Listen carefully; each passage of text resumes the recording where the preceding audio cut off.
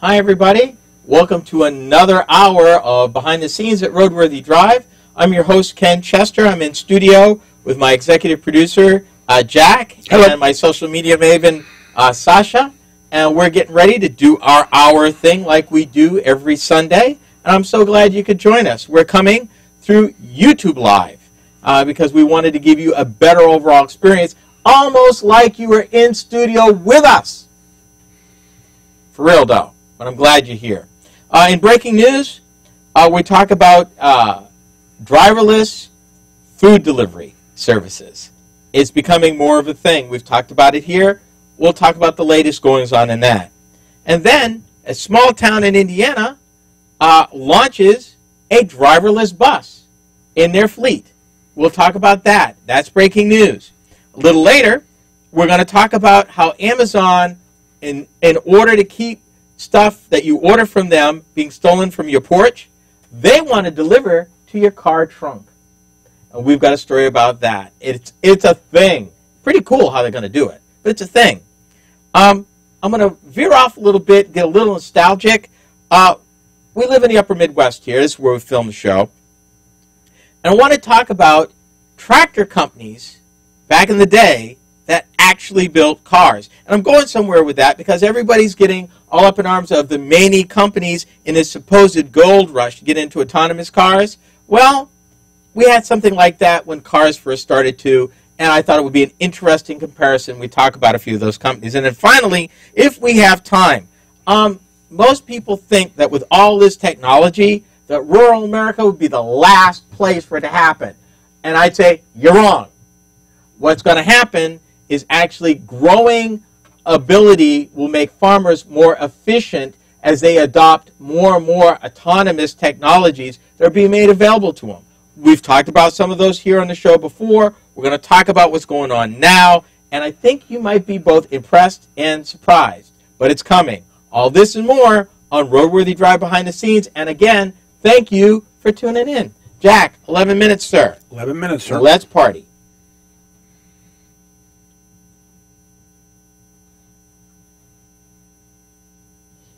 Do you want to go faster? Yeah!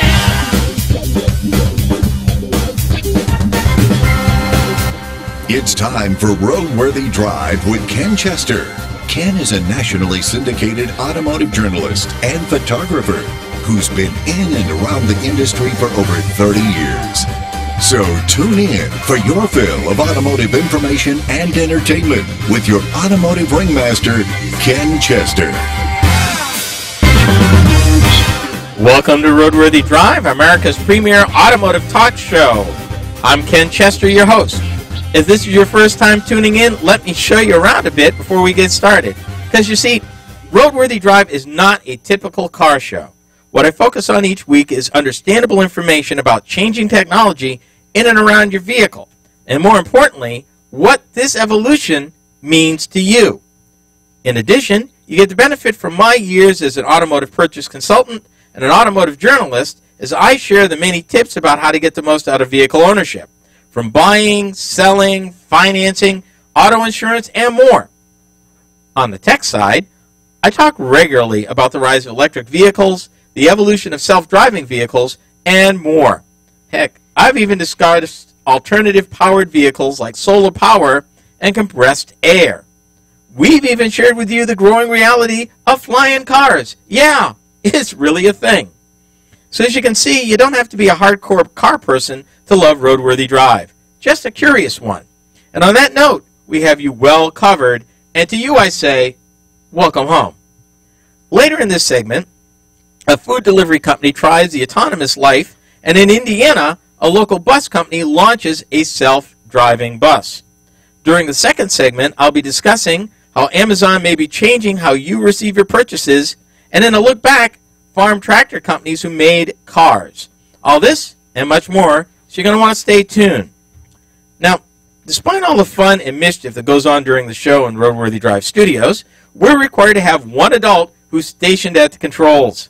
That gentleman, that one tried and true, my good friend and RoadWorthy Drive executive producer, Jack DeLeon. Hey, Jack. Hi, Ken. How are you? I'm getting better, sir. Every day a little bit better. Yes, you are, and I understand you had a meeting with the suits this week. I did. They were a little concerned.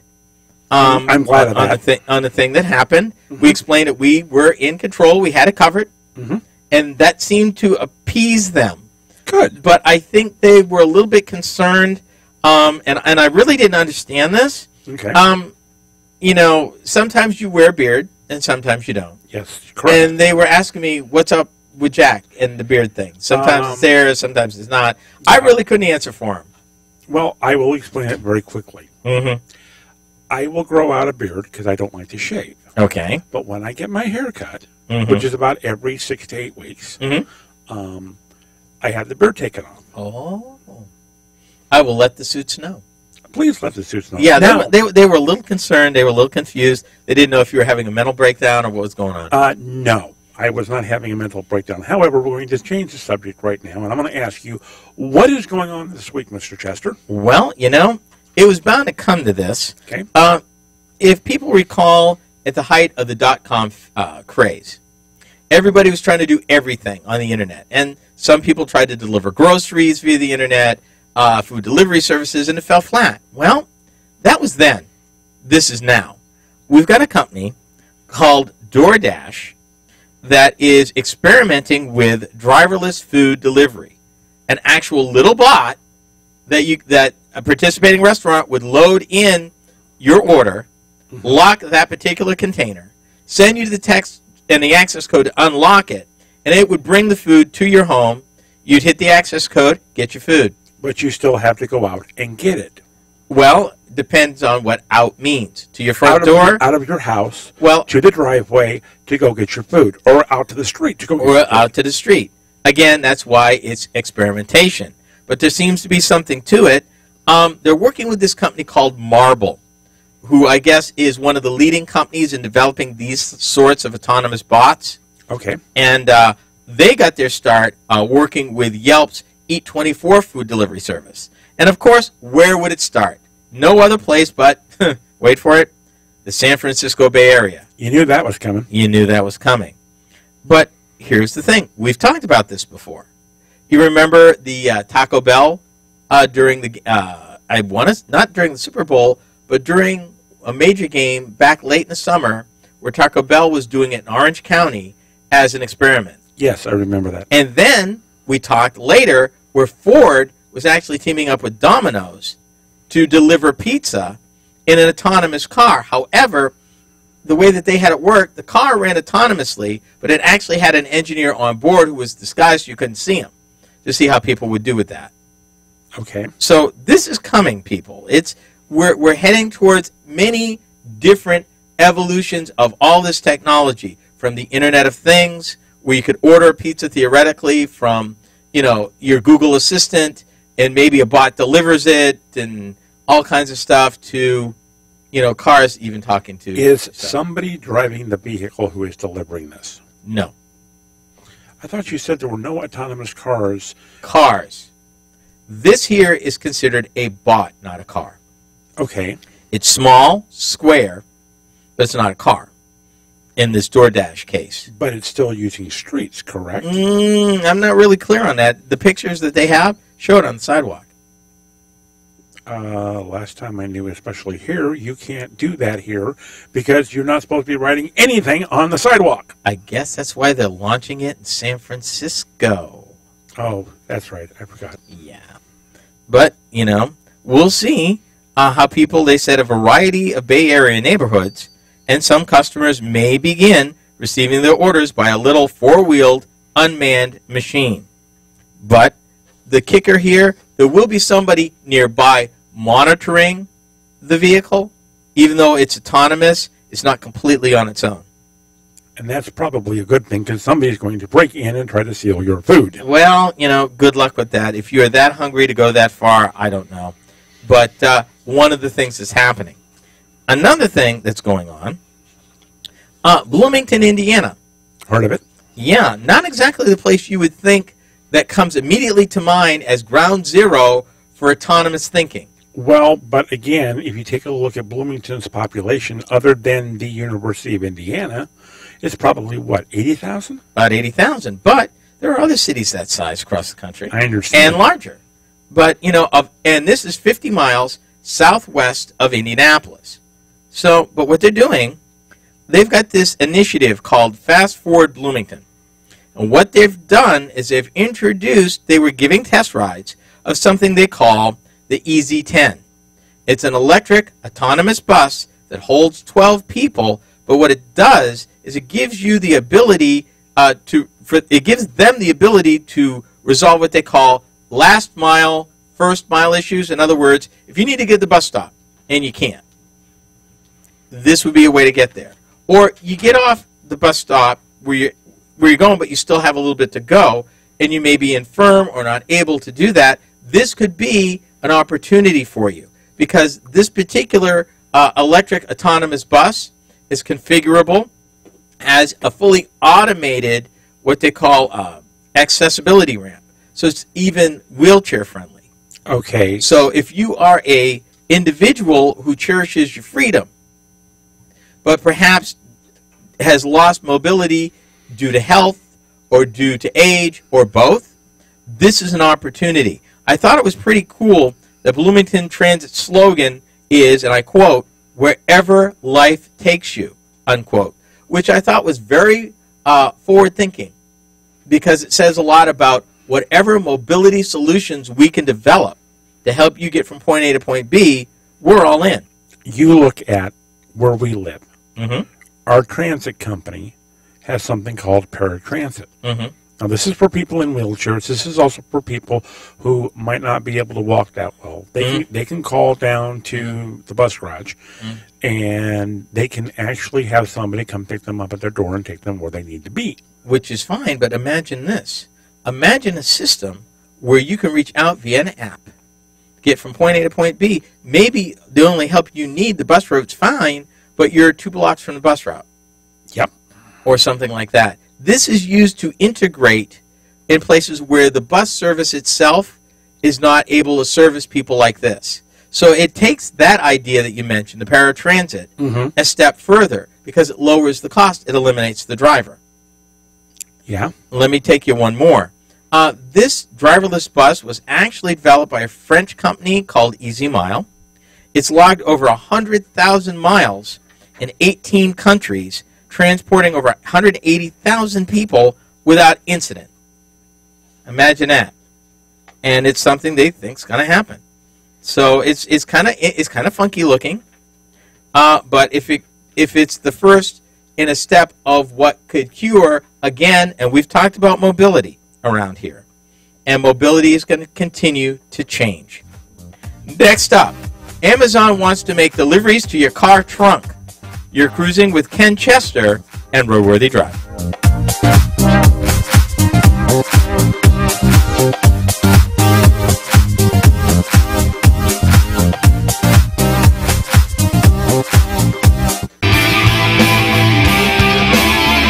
This is RoadWorthy Drive.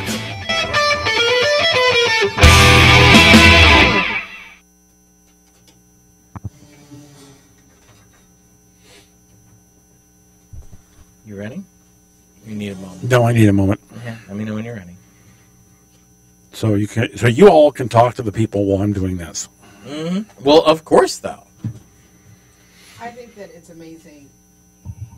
Get over it. I forget. Live, people. I Things forget. happen when it's live. But I think it's amazing that we're living in a day and age where we can not necessarily visiting with grandma, visiting with grandpa is not going to be a hassle of packing up all the kids and going to grandma or grandpa. Grandma and grandpa could come to us. It is amazing to me to see the increasing number of mobility choices. You don't need to own a vehicle to get from point A to point B, and increasingly, geographics is not even an issue anymore. No. People used to think in the early days of this that, oh, well, I live out in the country. I got no support. There's no way they can come out and get me. Wrong. Mm-hmm. With autonomous vehicles, with GPS, with everything that we're seeing evolving at lightning speed, this next 15 years is going to probably be the most notable in transportation history in the United States, because it's going to be not one thing. It's going to be a lot of things coming at you all at one time. Meaning, if you are a consumer of transportation, meaning you need to get point A to point B, some people, vehicle ownership may still be a thing. Right. For other people, it'll be renting time in an autonomous vehicle. For other people, you might use a virtual takeoff and landing vehicle near your office to get out to your vacation home and back. For others, it may be one of these buses. It may be something we haven't even heard of yet. It's all swirling at lightning speed. And unlike technology from years before, all of this technology is both linked in official and unofficial ways. One technology is not out there mutually exclusive. All these technologies are going to impact us. Not everything the way they're going to impact us are ways that people can imagine right now. And that's the amazing and a little scary thing. One thing is consistent, though. One, regulation. Mm-hmm. Regulation may speed, slow, or otherwise modify how we are able to purchase or otherwise utilize transportation. Insurance. In my research, even the insurance companies, and we're going to talk about this in our next show, not this show, but our next show, how the insurance companies have realized that liability is moving from the individual user to the manufacturer. Yep. Which changes everything and would definitely require a change in state laws right now. So there's a lot coming, but from all the dates I've seen, it's from now to 2035. These next years, these next 13 or so years, are going to be the most impactful years since the invention of the motor vehicle in the first place. And you will not recognize your mobility world in 2030, 2035. It will look nothing like it does today. Oh, there'll be pieces you recognize, but pieces. And those pieces may be reconfigured or changed or otherwise reimagined to work. So we haven't even talked about railroads. We haven't talked about long-distance bus service. We haven't talked about airplanes and commercial aviation, private aviation. We haven't even touched that and everything that we're dealing with here. Yet, we've even gone as far as talk about self-driving RVs. Mm-hmm. It's a thing. Yeah. And that alone, that piece, which should be a small piece, but that piece perfected could radically change rail travel, could radically change air transportation. Give me a self-driving RV that is also electric, and I can finally go on vacations again.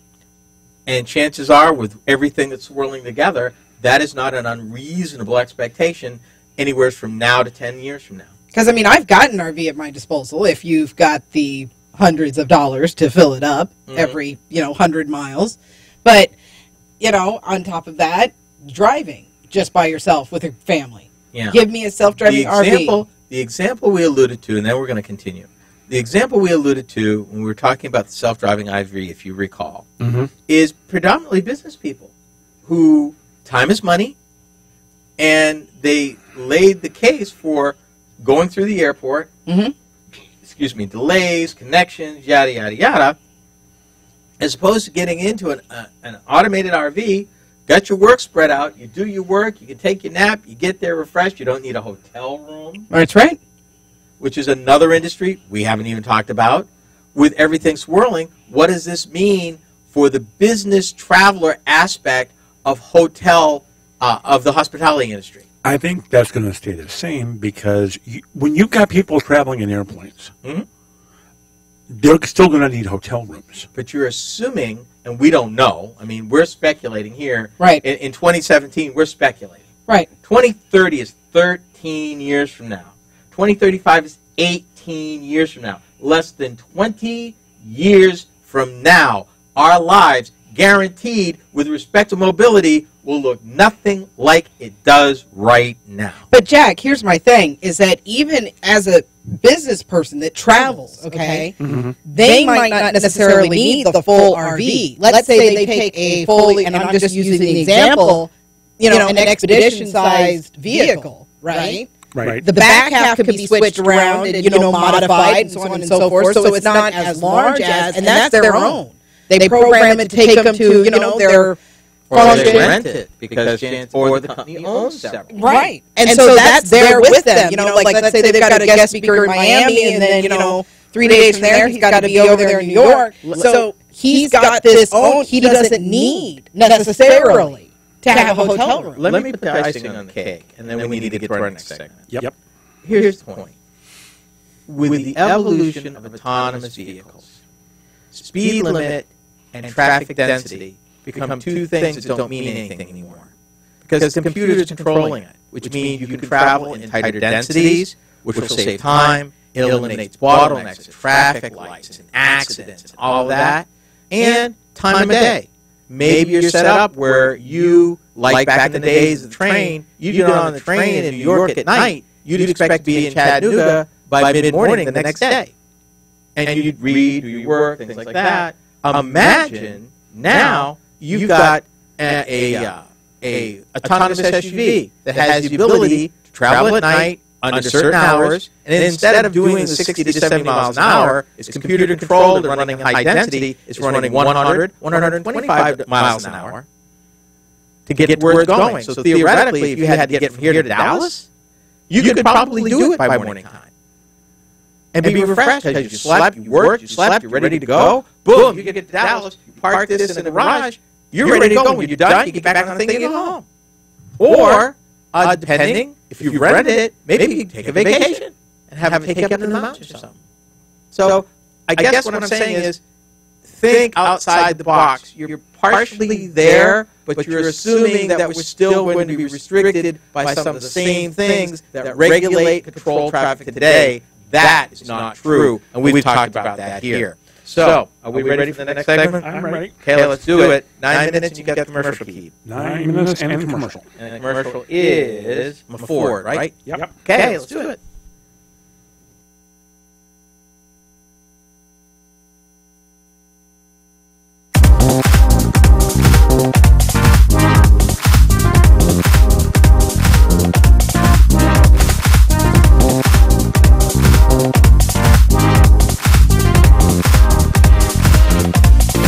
The size reductions of some 77 cars are making news. Time says an amazing shrinking act. Newsweek calls it the big scale down. The size changes are significant. For example, the Ford LTD now has a longer wheelbase and is longer and wider than the Chevrolet Caprice or Impala. In fact, the Ford LTD is now about the same size as the Cadillac DeVille. And LTD has more trunk space, is a little wider, even has more hip and shoulder room than the Cadillac, and of course Chevrolet. Yet LTD is priced not like the Cadillac, but comparably equipped. The Ford LTD is sticker priced like the downsized Chevrolet. So this year, when you pay a full-size price, make sure you get a full-size value, like Ford LTD. It has the full size of a Cadillac, yet it's priced like a downsized Chevrolet. When America needs a better idea, Ford puts it on wheels. If you're just tuning in, welcome to the second segment of this hour of RoadWorthy Drive. I'm Ken Chester. If you want to join in the conversation at hand, call or text the RoadWorthy Drive line at 872-222-9793. If email is your thing, my address is ken@roadworthydrive.com. Feel free to ask a question, make a comment, or even suggest a future story idea. I want to hear from you. Amazon. Let that sink in for a minute. I like the sound of that. For almost 20 years, this juggernaut has turned the retail experience for the world's consumers upside down and inside out. From books to Amazon Prime, brick-and-mortar stores, to even buying organic retailer Whole Foods. Be still in my heart, they bought Whole Foods. I'm going to be okay. I keep telling myself that. The company continues to disrupt the normal. Now, The retailer wants to improve the security of delivering packages to you so that they won't be stolen off your porch if you're not home. So let's talk about it in a minute. What they are doing, they want to team up with the company, and we'll talk about this company here in a moment, because I don't think I'm getting the pronunciation right. Farmy, something like that. They're a smart license plate company. Again, not the first license plate company we've talked about. We've actually talked about another one. But here, they make a small key storage box that fits around a car's license plate.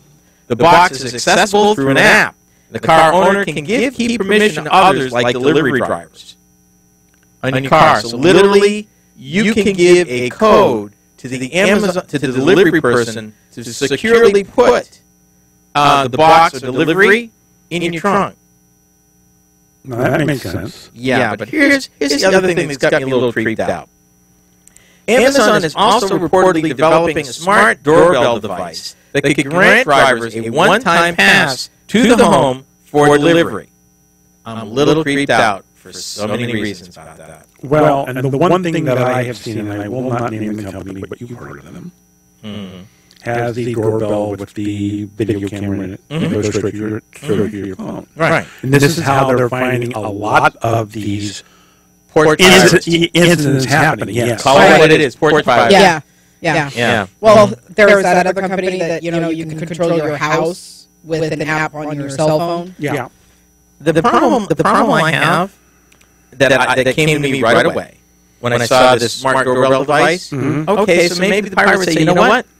I'm going to wait for the delivery guy and rush the delivery guy when he opens the door.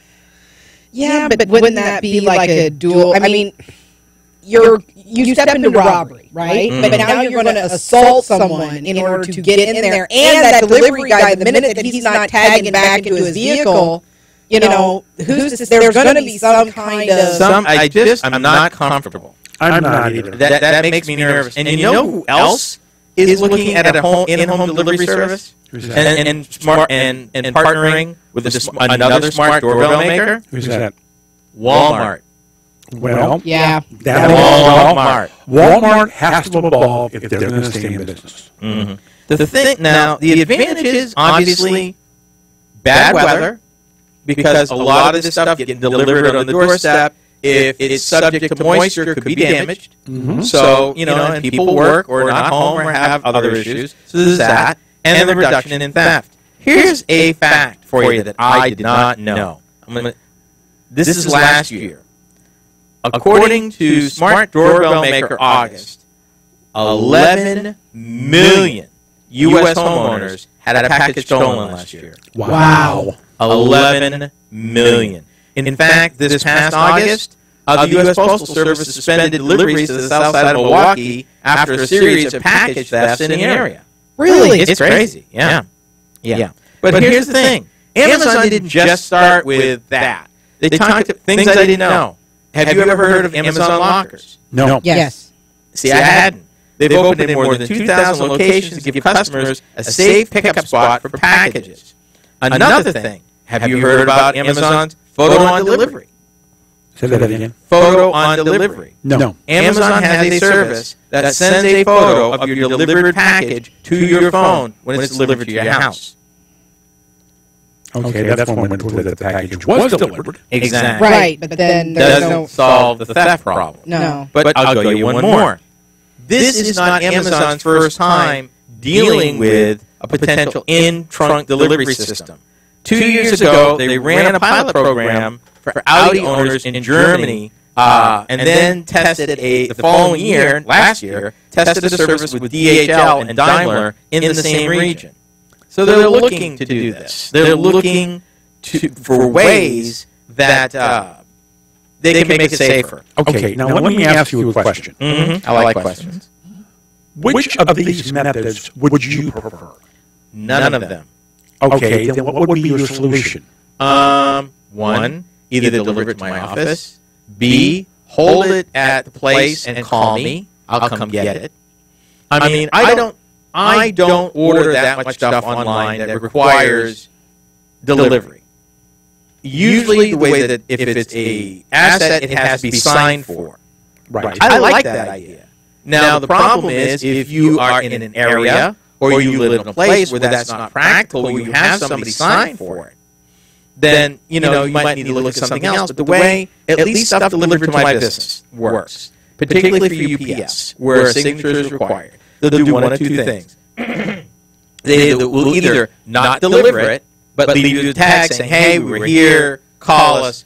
B, they will go next door and say, hey, can you sign for this person next door? And they'll tell you, hey, we left it over at B. Or C, they just keep coming back. I don't think that's so bad. But again, if you're in a remote area, that could be a problem. Or neighbors you don't trust. Just saying. I just live in an area where I don't have to worry about that.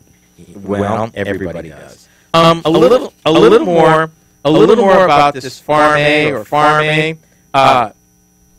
They're working with Bosch, and it's a high-grade security where they say thieves cannot tamper with your car key while it's inside the Farm A compartment. Your car key is secured against remote scanners, power amplifiers, frequency jammers, reverse key fob programmers, and other electronic devices. Pretty cool stuff.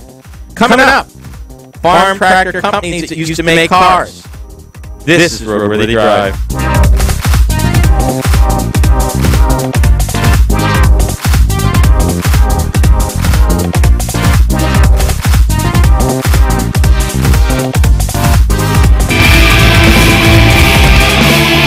This is RoadWorthy Drive with Ken Chester.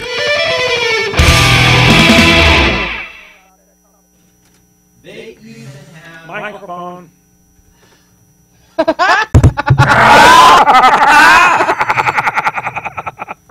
No. Whatever. Anyway, what I was saying, this company even has other services, personal favorite of mine. What they call it, get home safely and avoid risking DWI. Farming enables friends, family members, get this, or our trusted valet service partners to drive you home when you're intoxicated or unable to drive. You can even leave your car on the street or in a parking garage after a night out and have your car delivered to your address next day. But the coolest thing that I think was really cool that I stumbled across, this protected box is actually a Faraday box. What? Yeah. Okay. You don't know what a Faraday is? No, I don't. A Faraday box is based on the theme that if there's like a, what do they call these electromagnetic pulse devices that burns out everything? Yeah. It's metal that you put your devices in the middle of this metal box. Mm-hmm. And those pulses use the box to go around it, leave your stuff alone, don't fry them. Wow. Yeah, Faraday box has been around. That concept's been around for years. But they actually said it's a Faraday cage key compartment. First time I ever heard that it was actually used. Smart thinking. These folks ain't playing.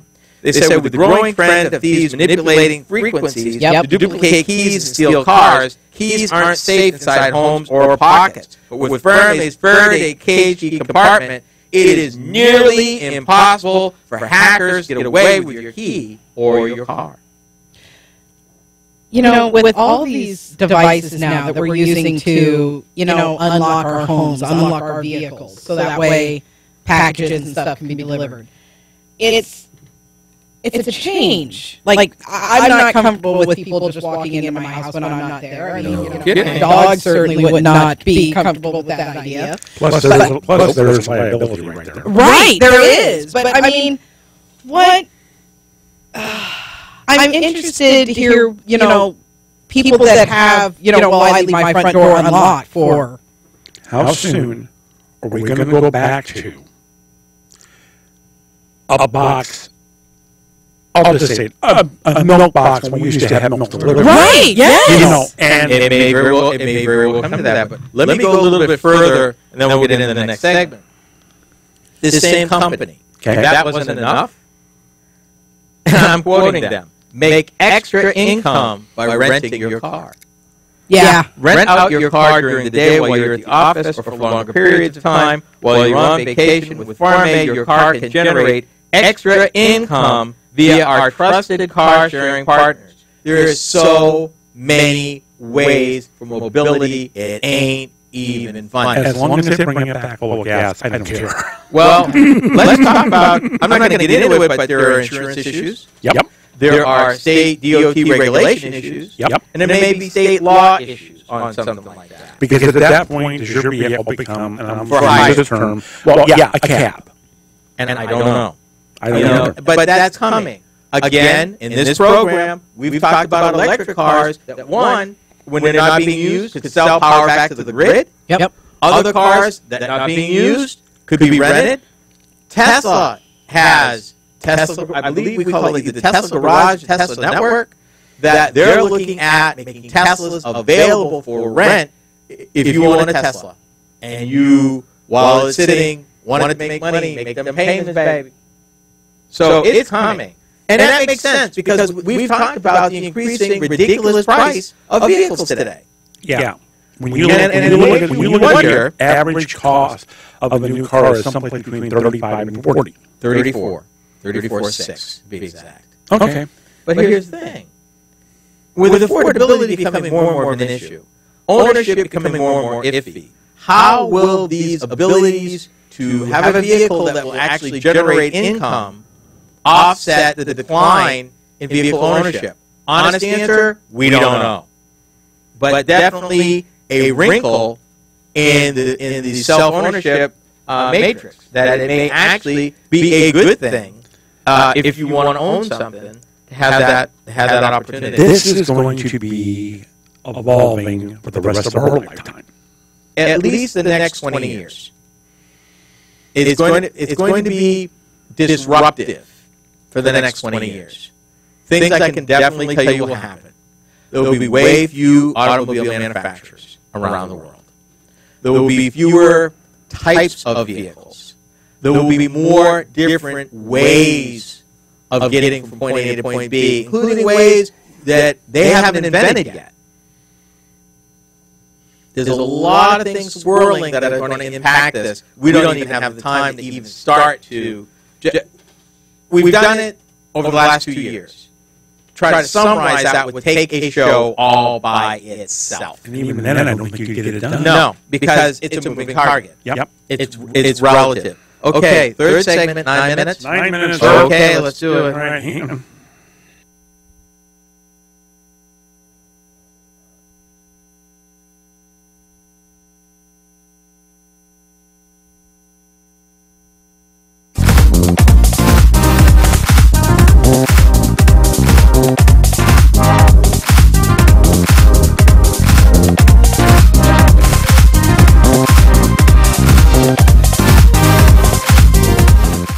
Welcome to the third segment of RoadWorthy Drive.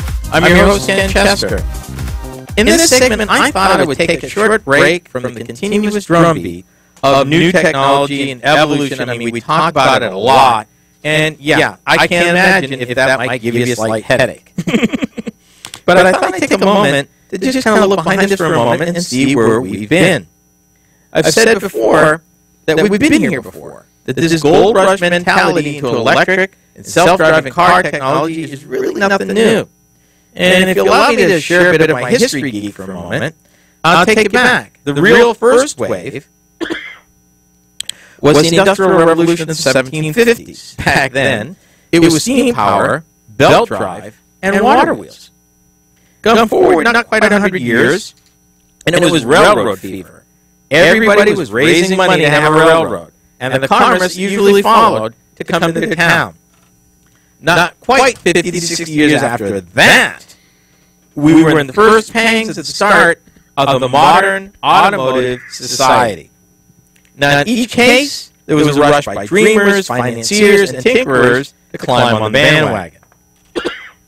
I wanted to give you a peek at one group that, on the surface, you wouldn't have guessed were actually building cars during that time.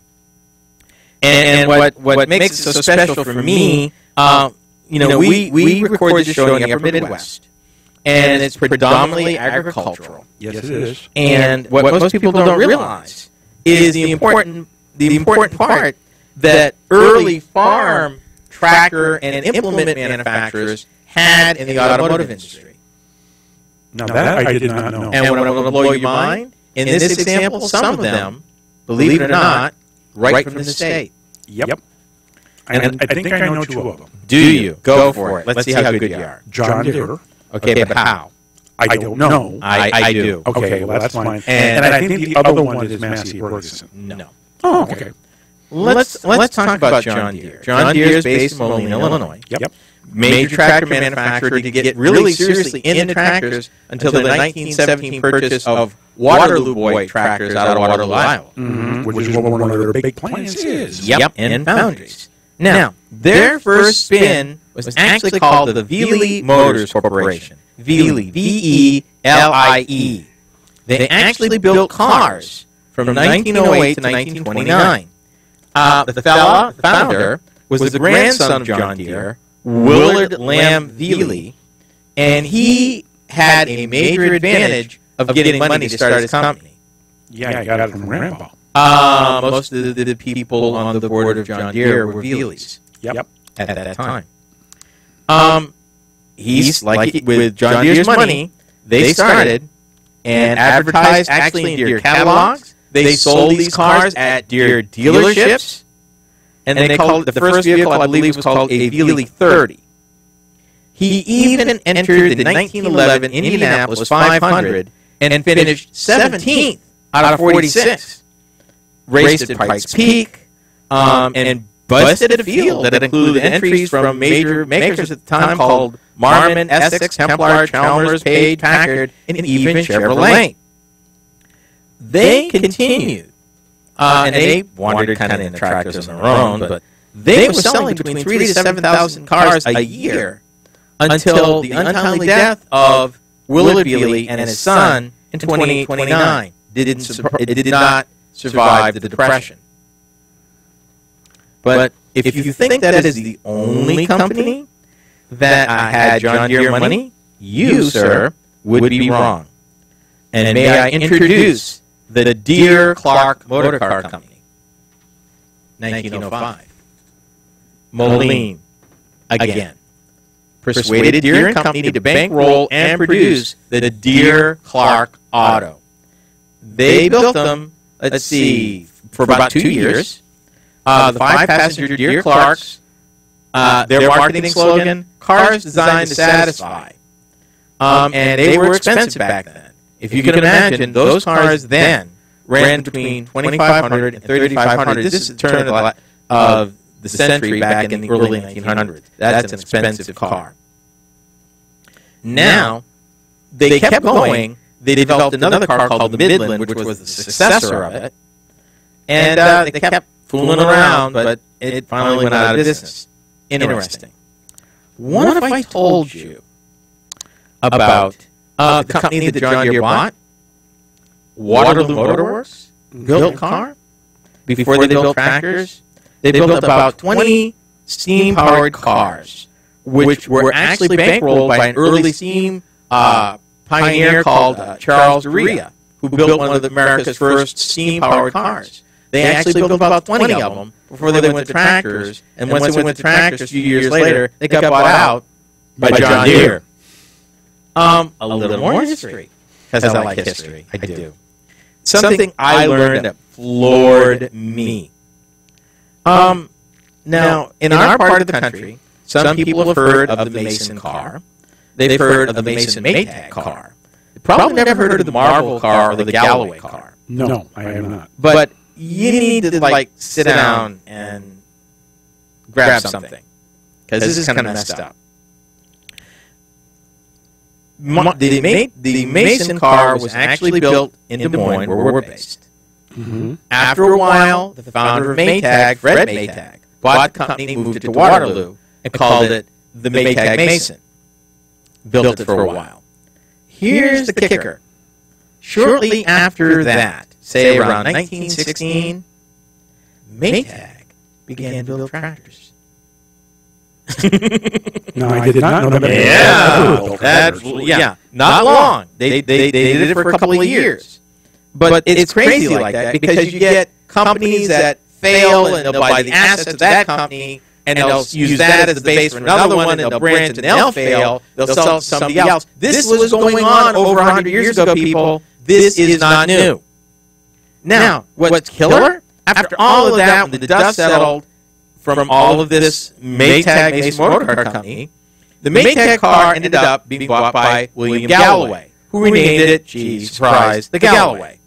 Now, in 1916, Galloway, from those plants, entered into the tractor business and actually produced a tractor called the Farmmobile. Okay. Yeah. It did in 3 years. 3 years. But it's crazy. And there's a lot of that. And this is just the tip of the iceberg. I leave you with this one more, which is really convoluted. You ready for it? Mm-hmm. The Plymouth Truck Company, which is not owned by Chrysler, but out of Plymouth, Ohio. But they changed the name when Chrysler bought the rights to the name, and then they built tractors, Plymouth tractors. But when in the early 1930s, they renamed the tractor Silver King when Chrysler bought the rights to the Plymouth name. Tractors. Who knew? Case IH actually built a case car, too, in Wisconsin. Yeah, but International Harvester also built trucks, too. They absolutely did. The International Scout, the International Pickup. There's a lot of that going around. You gotta love it. When I come back, finally, autonomous robots and drones come to the farm.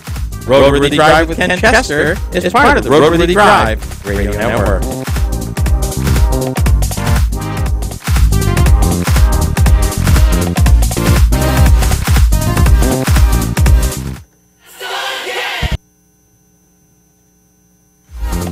Fix it.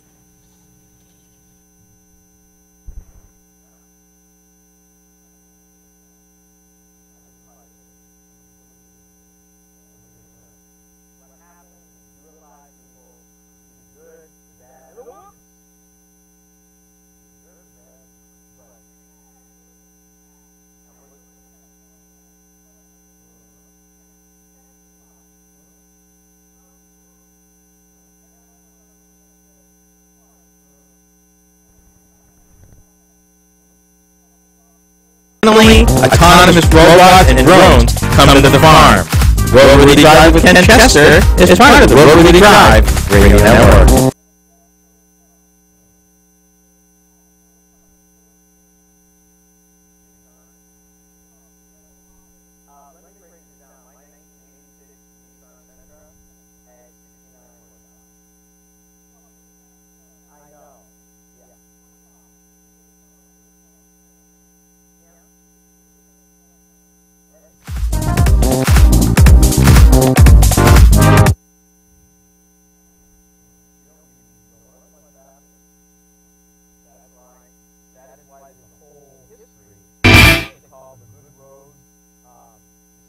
Go to RoadWorthyDrive.com to check out Ken's blog, listen to past shows, and the times when you can see the show on Facebook Live.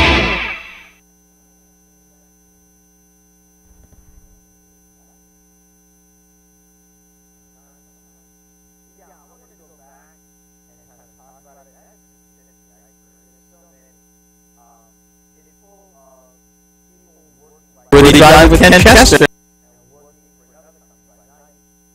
RoadWorthy Drive with Ken Chester is part of the RoadWorthy Drive Radio Network.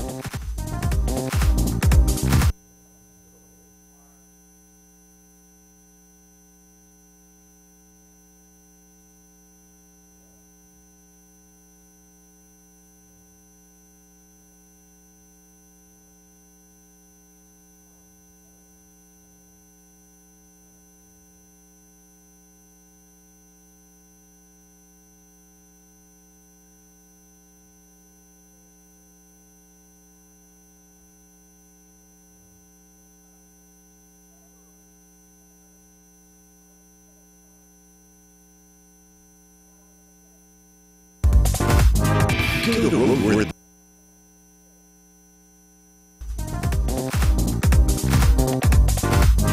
Go to RoadWorthyDrive.com to check out Ken's blog, listen to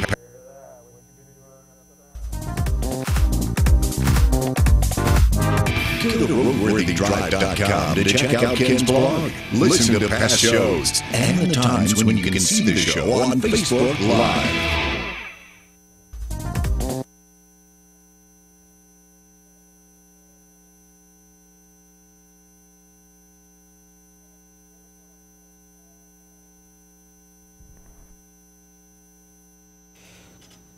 But it was a big one. And see, and that's not including like all my tablets, because I've got the Asus tablets. Mm-hmm. Those were all. Look YouTube Bill Gates right here. There's no love right there. I know. Okay. That's why I said it the way I said it. Okay. I said it the way I do it. No. And once again, the adult in the room. Ladies and gentlemen, that is why we have Mike. Designated adult in Rome. Yes, because I'm the one who's got to sit here and talk to the suits. Like you. You guys won't let me in the room when you're having the talks with the suits. Trust me. Trust me, you don't want to be there. Well, not only does she not want to be there, but that would probably not be in our best interest if she was there. I would get the problem solved. No, you That's the problem. You'd solve one problem and we'd have another. Yeah. They would just lock us out. Yeah, exactly. What? Yes. These updates help protect you in an online world. Now I'm really frightened. Yeah. That gerbil inside there's going to have some issues.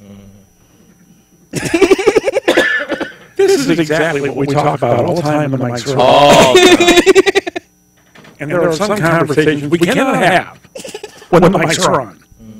Wait a minute. Welcome to the Windows 10 Creators. Really? Take your mind off of that. We got one more thing to do. Let's go. Hold on. This thing is fun. So, what the? What do you got? We'll deal with that later. Yeah. It reset where your icons were. It reset everything. It's like opening up a brand new computer when it got done with this update. Oh my gosh. Yeah. There's some unhappiness in the world right now. Yes, there is. In 8 minutes, 50 seconds. Now, before you start, Yes, sir. I have to be out when. Because I always get confused. How much time is left when I'm done? When you're done, there is 30 seconds left, but about 8 seconds after you shut up at 20, starts the disclaimer. Right, but you want me done at 30. I want you done. 30 seconds Yes, yes, I want you done with 30 seconds left. Thank you. Why that's so hard? I don't know. Well, but you're not used to timing in radio. Well, but I time different way you time. Well, exactly. I time a countdown so I know what I got left. Okay. You guys keep talking like this, and I am actually going to be fluent in Swahili. Yes. By the end of the year. We know this. Yes. Ready to go? Oh, and by the way, do not forget to ask for your Christmas bonus. Wait a minute. Is this Christmas bonus? Yeah, boss. Susan didn't tell me nothing about it. Didn't you read fine print? Just fine print. Yes. Yep. 8:50. 8:50. Let's go.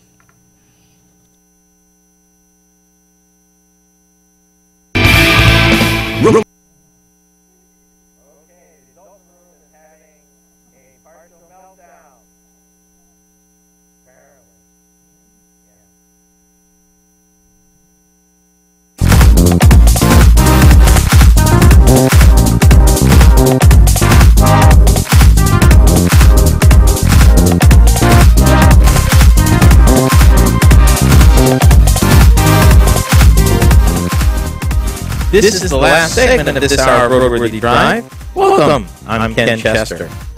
For those of you who want or need more of your fair share of the road, be sure to check out our website. That's www.roadworthydrive.com. We have podcasts, prior shows, videos of our weekly behind-the-scenes mischief, and mayhem during production, and more. We even have this amazing photo gallery that contains images of production, custom, and concepts covering some 118 years of vehicles. It's pretty amazing stuff, and we got it just for you on the show website. The website's also a great place to discover what we're doing across the world of social media. Now, rural America. Conventional wisdom suggests that living and working way out in the boonies would be a stumbling block to those big city trends of electric self-driving vehicles and such. Truth of the matter is, not so. It seems that autonomous robots flying drones will fit in right down on the farm. Right now, today. Now, for those of you that are in the know, you may remember seeing examples of something like this big screen in recent years. The movie that comes to mind readily for me is Interstellar with Matthew McConaughey and his autonomous combines. But that's not all. And we've talked here, maybe a year and a half ago, Farm Progress Show, where we covered Case IH Parent introducing a cab and cabless, fully autonomous, operational farm tractors. And the other thing that we talked about is drones. We have. And how the farmer is now using the drones to better plant his land. And in terms of where to apply fertilizer or insecticide. But here's the thing.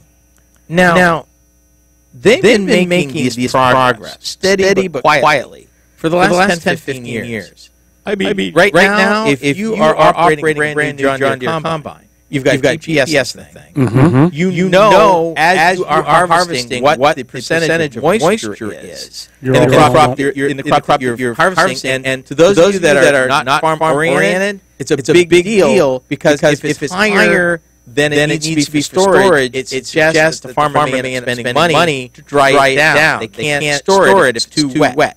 It'll mold. Yep. And it'll be no good. Nope. So that is an important indicator. And the other thing you can do, it can also tell you how many bushels per acre. Mm-hmm. So we'll give you an idea about yield. Yep. And how your fields are doing. And folks, this is right now. This is not the stuff that Jack and I are talking about. Is not stuff that's coming. This is if you are running a crop-based farm, any major acreage where you've got machinery. And again, we're in the upper Midwest, so you're talking about hundreds of acres. It's not a gentleman farm of 20, 30 acres. What we're talking about is family farms that are 160, 200, 300 more acres of corn, soybeans, other row crops. Where this information they got to know in order to be effective. And with the increasing price of what we call inputs, which is seed, insecticide, fuel, fertilizer, all this stuff, it becomes critical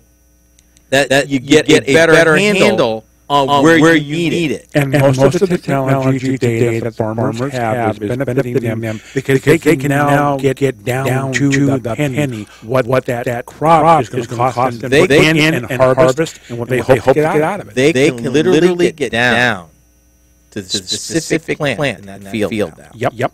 And I'll go you one further. One of the major proponents of growing corn in the United States was a seed company by the name of Roswell Garst. Yep. Mr. Garst in the 30s and 40s, his approach was to fertilize the heck out of the ground and keep planting the same thing because his take was higher yields from what they were getting. Correct. He also was a proponent of fertilize everything, insecticide everything. Without regard to runoff, which is a major issue today. Without regard to cost inputs, again a major issue today. But his whole point was boost production. Now we're taking kind of a full circle look back down on the farm to see how can today's technology help the farmer not just be more efficient, but actually produce more. And we'll talk about that in a minute. Now this gets also back into, and I'm going to change the subject for a second, the oil industry, what they're able to do now in fields I thought that they had tapped out. The same thing applies to the farmer today. And again, as we've said many times in the show, all this technology, and I call it swirling. The reason why I call it swirling is there's so much in the air that seemingly may be related, some by design, some not by design. Correct. As people look at different ways to take this piece and that piece and apply it new different ways that the original inventors never imagined. So it's crazy. Let me give you an example. Even out on the ranch, if you're ranching further out. An example, a rancher pulls a small drone from a saddlebag. Sends it aloft to find stray cattle. It reads the solar power RFID ear tag from the air, sends their GPS location back to the rancher, and then goes off to check stock ponds And if needed, that drone can drop within 2 meters to read the cow's eye temperature, which they consider an indicator of health. Yep. Imagine the money spent when you're looking at hundreds, thousands of acres where you've got cattle all over the place, and you're trying to keep up. The key words, dear listener, that you want to understand in this brave new world is the word precision, whether it be precision ranching, precision farming. They're using technology today to get better at it. And for all kinds of crops, not just corn, not just soybeans. They're using it like cotton. Yeah, all sorts of stuff. Let me throw this at you. Here is a particular, trying to see what they're using this for. Okay. They're using a particular drone. It's small, more than 9 feet wide. It can carry about 35 pounds of insecticide. They've been using something like that 25 years in Japan, where they used to spray rice. Now, in the United States, they're using it, again for precision crops like maybe blueberries, strawberries, stuff like that. This is what's happening. This is what we're going for. And the best part, this technology is elite in food safety and farm worker safety. With an unmanned spray, for instance, nobody is sitting in a cloud of insecticide or worse. Imagine. But the thing where they're looking at is they're moving towards, and all the people who are looking at this type of invention stuff are looking at agricultural technology that they're designing systems, wait for it, 24-hour operation, if you can imagine that. It's crazy, but folks, it's coming. It's coming to the farm, and it's a clear path towards completely automated farming. And with that, we've come to the end of another hour of our show. On behalf of the RoadWorthy Drive crew, thanks for listening. You've been listening to RoadWorthy Drive. Ken Chester. RoadWorthy Drive with Ken Chester is a copyrighted presentation of the RoadWorthy Drive Radio Network. Any rebroadcast, retransmission, or any other use is prohibited without the written consent of the Motor News Media Corporation.